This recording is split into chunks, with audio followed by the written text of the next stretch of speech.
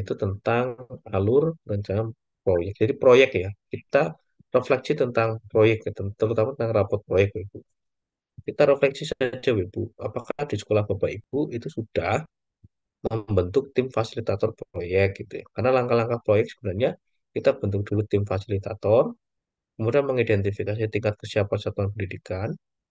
Setelah itu kemudian merancang dimensi, tema, dan alokasi waktu proyek penguatan proyek baca Pancasila, menyusun modul sampai dengan merancang strategi pelaporan. Itu kita cek dulu ya Bu ya, Bapak Ibu sudah timnya sudah ada belum gitu ya. Modulnya sudah ada belum gitu. Terus pelaporannya seperti apa itu ya. Nah, kadangkala Bapak Ibu pada waktu kita menentukan apakah tema dulu atau memilih dimensi dulu atau mengatur alokasi waktu dulu, kalau saya sampaikan kepada peserta, kadang-kala itu peserta itu lebih memilih menentukan tema dulu gitu, Bapak Ibu. Padahal sejatinya harapannya adalah Bapak Ibu itu memilihnya itu adalah tujuannya dulu atau dimensinya dulu tuh. Apa yang akan dicapai gitu, Bapak Ibu. Apa yang akan dicapai. Baru ke tema, baru ke waktu. Karena kita menentukan tujuannya terlebih dahulu. Kalau kita lihat Bapak Ibu di dimensi profil pelajar Pancasila, Bapak Ibu, itu tuh kadangkala kita itu kesulitan menilai gitu, proyeknya seperti apa gitu. Kenapa kesulitan? Karena Bapak Ibu itu berhenti di dalam dimensinya saja. Saya ngambil tentang Bima Betul Keberatuan Malaysia gitu. Yang Bapak Ibu itu ngambil cuma di situ. Padahal sejatinya di dalam dimensi itu tuh itu masih banyak lagi loh, Bapak Ibu. Ada yang 6 elemen, ada yang 4 elemen gitu ya. Yang mau diambil itu elemen yang mana gitu. Katakan elemen beragama. Elemen beragama pun punya subelemen juga. Yang diambil itu subelemen yang mana gitu. Bapak Ibu, kalau saya terpenjara di dimensi, itu tidak bisa kemudian melakukan penilaian secara baik, Bapak Ibu. Bapak Ibu harus menentukan sampai detail di subelemennya ini. Subelemen itu kan juga dipecah per fase ya, target pencapaian per fase. Dan nanti dicari Bapak Ibu, di fasenya Bapak Ibu targetnya seperti apa. Itu yang nanti akan dikejar untuk penilaian. Subelemen dicari target per fase seperti apa, nah itu yang nanti akan dikejar untuk penilaian. Jadi jangan berhenti di dimensi saja, tetapi dicari sampai subelemen dan target pencapaian per fase. Kalau kita lihat temanya ada 6, Ibu. Saya kira Ibu sudah memahami ya. Gaya hidup berkelanjutan, kearifan lokal, Bhinneka Tunggal Ika, pengelola jiwa raganya, rekayasa dan teknologi dan kewirausahaan. Yang mungkin saat ini perlu Bapak Ibu kembangkan lagi itu berkaitan dengan eh, kesehatan fisik dan mental ini juga terutama di SMA ya, SMP gitu. Ini penting Bapak Ibu ya. Kalau Bapak Ibu mau mengambil tema ini silakan saja. Dan saya kira modulnya juga sudah ada Bapak Ibu. Di PMM tinggal download saja disesuaikan dengan karakteristik di tempat Bapak Ibu gitu. Jadi bisa ini. Kalau kita tentang waktu Bapak Ibu ini berbeda ya. Ini kalau di SD kelas 1 sampai 5 dan kelas 6 ini berbeda di SMP di dalam SMA juga. Tapi alurnya Bapak Ibu ada 3 alur gitu. Bapak Ibu bisa mengambil salah satu aja. Bisa yang mulai dari pengenalan, kontekstualisasi, aksi, berbagi, dan tindak lanjut.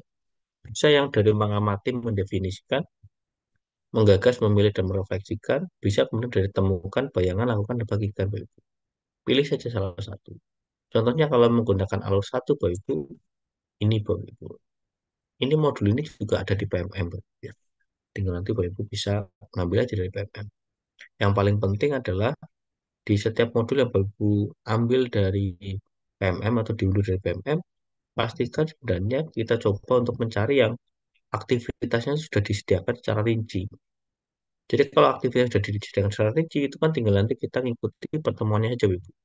Pertemuan satu nanti lakukannya apa, diikuti aja di situ. Kalau ada yang tidak sesuai, disesuaikan. Kan memudahkan kita ya, Bu, dalam proses untuk administrasi pembelajaran. Itu bisa, Ibu, diambil gitu ya. Ataupun menggunakan alur dua. Contohnya ini, Ibu, ya. Ini boleh. Ataupun menggunakan contoh yang ketiga ini, Bu. Boleh, tidak apa-apa. Itu boleh. Jadi modul ataupun modul ajar atau modul proyek Bapak Ibu itu Tidak harus kemudian mengembangkan sendiri. Kalau mengembangkan sendiri boleh tidak? Boleh, sangat boleh itu. Ini Bapak Ibu boleh kemudian mengambil dari beberapa referensi. Yang penting itu Bapak Ibu paham tentang apa yang kemudian ditulis ataupun dipahami itu Bapak Ibu ya. Ini katakan ini lembar kerjanya, kita lanjut aja. Nah, ini petanya Bapak Ibu kalau dalam modul proyek itu ya. Dimensinya yang diambil apa, elemennya apa, subelemennya apa, target pencapaian per fasenya apa, dan targetnya itu, Bapak Ibu, itu ada di aktivitas nomor berapa. Tidak semua aktivitas itu kan pasti ada dimensi itu ya, tetapi di aktivitas nomor berapa. Baru kalau Bapak Ibu sudah tahu di aktivitas nomor berapa di dalam target pencapaian fase itu, baru dipetakan seperti ini, Bapak Ibu. Yang hijau ini adalah formatif, formatif. Yang tapi sebelum ke formatif itu Bapak Ibu dicentangin dulu nih. Dari pertemuan 1 sampai 16 itu untuk yang memuat tentang subelemen percaya diri itu di pertemuan berapa saja? Oh, pertemuan 2, 3, 4, 7, 9, 14, 16. Oh, yang kemudian mengenali kualitas itu di pertemuan 1, 6, 7, sama 15. Oh, yang di tentang memiliki ulasan itu di pertemuan 3, 5, 8, 9, 11, dan 15. Dari pertemuan-pertemuan itu baru kita tentukan. Kalau sumatif itu pasti di pertemuan akhir nih, Bapak Ibu ya.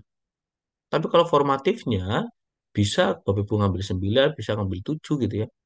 Bisa ngambil yang lain juga gitu. Ini yang penting adalah Bapak Ibu dalam proses di tengah-tengah ini pernah melakukan formatif gitu loh. Bisa 2, bisa 3, bisa 4, silahkan saja. Formatifnya di sini untuk memberikan masukan sebelum dia akan dilakukan sumatif gitu ya. Baru dipetakan seperti ini, baru kemudian Bapak Ibu membuat ini. Tekniknya banyak ya, Bu, ya, seperti yang saya sampaikan tadi. Kemudian membuat, nah ini Bapak Ibu nih, target capaian per fase ini Bapak Ibu. Kalau Bapak Ibu memungkinkan menyusun seperti indikator, silakan aja nih. Dari target pencapaian per fase ini dijadikan turunan ada 5 indikator. Dia kalau seandainya menjadi sangat berkembang, kalau tercapai 5 indikator. Menjadi berkembang sesuai harapan 4 indikator. 3 indikator, atau ini 1 sampai 2 indikator. Lalu mulai berkembang Bapak Ibu. Nah ini Bapak Ibu, itu tinggal di checklist saja. Si A, mana ya bentar. Nah, si A katakan itu sudah formatif satu, oh sedang berkembang. Formatif kedua, oh dia sudah berkembang suarapan. Sumatifnya, oh sangat berkembang soalnya. Itu adalah grafiknya web ya, formatifnya. Tapi dari target pencapaian ini menjadi indikator ini Bapak Ibu harus menurunkan ini, gitu ya. Ini contoh penilaian formatif Bapak Ibu. Hmm. Bisa menggunakan checklist juga boleh ya, Bu, ya. Tetapi bisa menggunakan ini Bapak Ibu. Tadi kan contohnya ini dari target pencapaian fase diturunkan ke indikator. Tapi kalau di sini Bapak Ibu katakan berkembang sesuai harapan ini adalah fasenya Bapak Ibu ini fase C katakan itu ya. Maka di sini ngambil targetnya fase B, ini fase A, ini fase D. Itu boleh juga dengan cara seperti itu Bapak Ibu. Jadi caranya ada dua ya. Diturunkan dari target itu ke indikator-indikator boleh, ataupun diturunkan dari targetnya fase gitu ya. Ini target fase C, ini target fase B, ini target fase A, target fase D. Tergantung dari elemen yang nanti Bapak Ibu buat. Begitu juga boleh. Ini akhirnya begini. Kemudian nanti di sini nih, katakan Muslim, dia berkembang harapan di sini, sini, sini. Nah, ini boleh. Nanti tinggal ditentukan Muslim itu di poin ini tuh sudah di titik apa gitu. Boleh. Itu dan nanti pelaporannya seperti ini.